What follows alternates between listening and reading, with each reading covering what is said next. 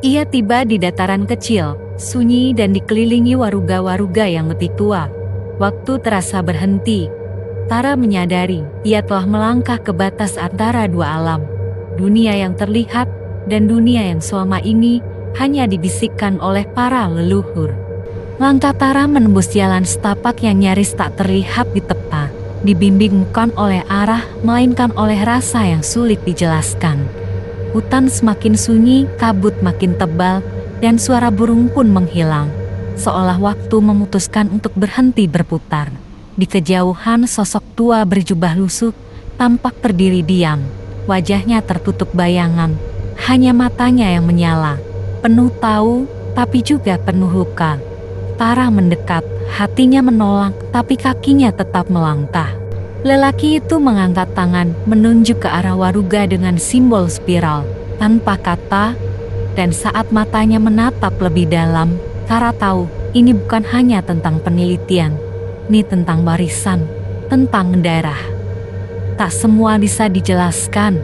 Bisik suara itu seperti gema yang datang dari tanah, dari batu, dari udara.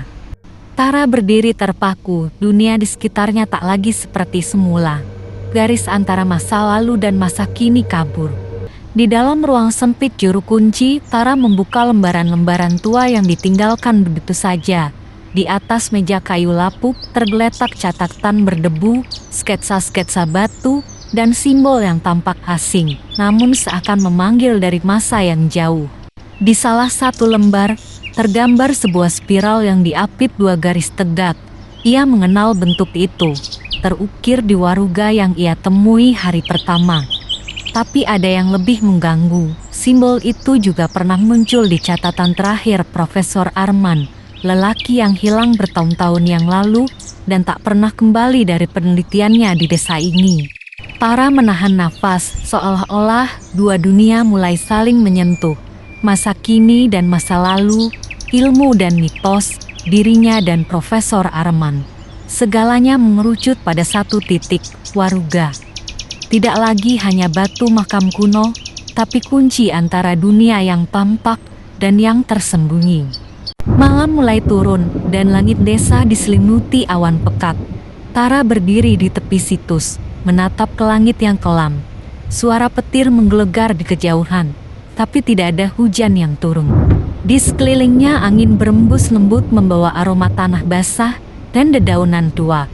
Sekilas Tara merasa mendengar bisikan, seperti nyanyian yang dilantunkan dalam bahasa yang tak ia pahami, namun menenangkan. Suaranya tidak berasal dari tanah, melainkan dari langit, melayang di antara awan dan gemuruh petir. Langkah-langkahnya membawanya lebih dekat ke pusat situs, tempat waruga yang bersimbol spiral berdiri sendiri.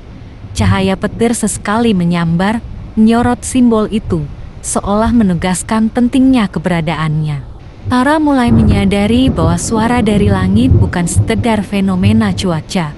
Ia seperti panggilan yang hanya bisa didengar oleh mereka yang mencari dengan hati yang terbuka.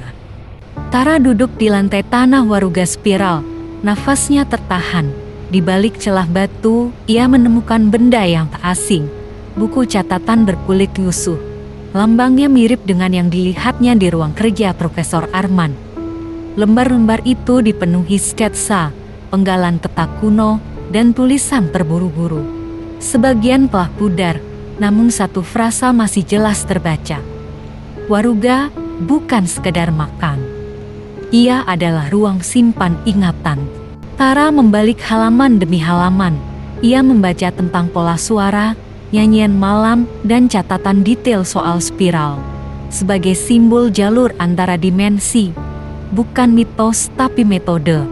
Di sana pula catatan terakhir Profesor Arman berhenti. Tidak ada akhir, hanya sebuah jeda panjang, seakan menunggu seseorang untuk melanjutkannya. Malam merambah pelan, Tara masih bersimpu di tengah lingkaran batu tua. Suara lirih itu kembali, tak lagi menakutkan, tapi mengundang. Ia mulai memahami bahwa suara-suara yang terdengar bukanlah halusinasi. Mereka adalah gema, rekaman dari masa lalu yang terikat pada tempat dan niat. Simbol pada waruga, arah kabut yang mengalir, hingga irama nyanyian para ibu tua. Semuanya terhubung. Satu pola muncul ketika generasi baru lupa. Waruga memanggil kembali, bukan untuk dihancurkan atau diteliti habis-habisan, tetapi untuk dikenal. Tara menyadari ini bukan hanya soal penemuan, ini adalah panggilan, dan ia telah menjawabnya. Kabut malam menggantung berat ketika Tara melihat sosok yang tak asing berdiri di kaki Waruga, Profesor Arman. Tapi tubuhnya bukan sepenuhnya nyata, seperti bayangan yang ditenun dari cahaya dan kabut. Kau sudah sejauh ini, suara itu terdengar, tidak dari mulut, tapi dari udara di sekitar. Tara melangkah, tapi tak mendekat. Ia tahu, Profesor Arman bukan lagi bagian dari dunia yang sama. Ia telah menjadi penjaga, satu dari mereka yang menjaga batas antara ingatan dan lupa. Kau tak perlu mengungkap semua. Pesan terakhirnya tersirat. Beberapa warisan cukup dijaga dengan diam. Dan dengan itu, sosok itu menghilang, tersapu oleh angin hening. Di kota, dunia terasa bising dan terang. Tara menatap layar presentasinya, data lengkap, temuan arkeologis, pemetaan suara, pola warga, semuanya tampak logis. Tapi sebagian dari dirinya masih tertinggal di desa itu, pada nyanyian di malam kabut, pada simbol spiral, pada Waruga yang menyimpan lebih dari jasad.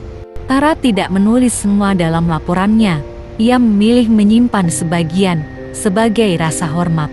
Karena beberapa kebenaran tak ditulis di jurnal, tapi dijaga di hati. Dan ketika seseorang bertanya, apa yang sebenarnya kau temukan? Ia hanya tersenyum lalu menjawab pelan. Saya menemukan bahwa ingatan bisa hidup lebih lama dari batu.